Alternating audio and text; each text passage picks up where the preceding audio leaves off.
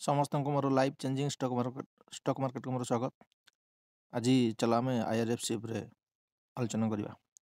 यदि आम प्रथम देखा IRFC देखो मुझे गत किसी दिन ट्रेडिंग सेशन कही जहाँ IRFC 140 तलू को आसी जाइए 140 तलू रिकवर हो 136-35 रिकवर होगी मार्केट धीरे धीरे 164-170 तक बढ़ियापी धीरे धीरे चलती।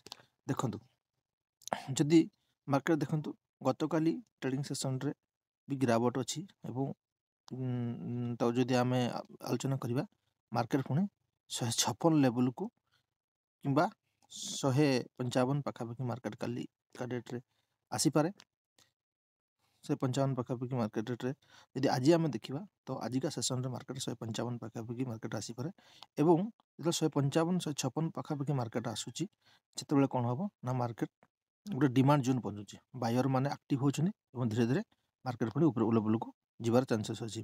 आज जदि आम IRFC आलोचना करवा IRFC आज 158.8 अच्छी तो मार्केट आज में भी 158 लेवल को आसो कि आज 156 ओपन होगी पाखापाखि 155 पाखापाखि ओपन होगी मार्केट पुणी आउ थे धीरे धीरे धीरे ऊपर को जीवार बहुत चांसेस अच्छी।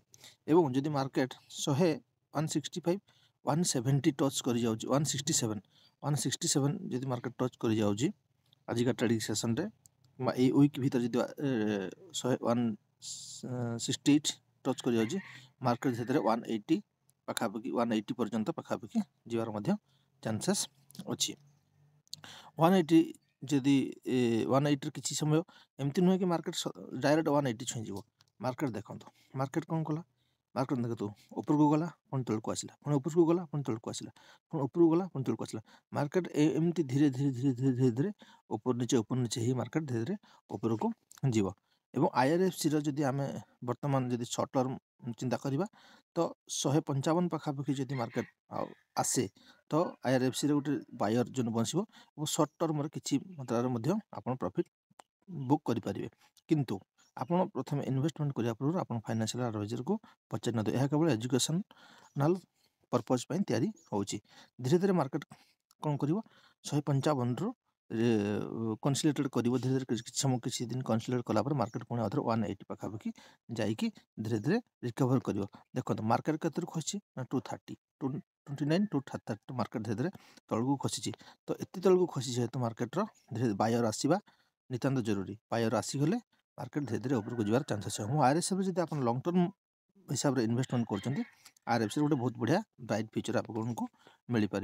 जदि IRFC फंडामेंटल कथा आम चेक करवा देखो IRFC जब फंडामेंटल कथा चेक करवा देखो P रेशियो 31.90 ठीक ठाक अच्छी P ratio price to ROC 6 ROE 12% अच्छी। डिविडेंड आपन को मिलूँ 0.94 डिविडेंड कौन से आपको नेक्स्ट स्टडी सेशन में डिविडेंड नितान देवी। और IRFC आप लंग टर्म नजरिया जब रखा आस लंग टर्म इन्वेस्टमेंट करते तो IRFC मुझे भावुँ IRFC आपंप बहुत बड़ बेटर स्टॉक। धन्यवाद एवं मो चैनल टी को सब्सक्राइब कर दिंतु लाइक कर दिंतु शेयर कर दिंतु एवं सबुदिन नुआ नुआ अपडेट पाइबे स्टॉक मार्केट उपरे एवं स्टॉक मार्केट कौन आपको धीरे धीरे मुझे जनइबी आपण मैंने स्टॉक मार्केट रे इन्वेस्ट करंतु शेयर करंतु आप शेयर किणतु आपण को निश्चिंत आपण जदि आप स्टॉक मार्केट जानीजे तो आप निश्चिंत गोटे भल जीवन शैली बीतेबार स्टॉक मार्केट नजरिया अच्छी आप बीते पारे। धन्यवाद थैंक यू।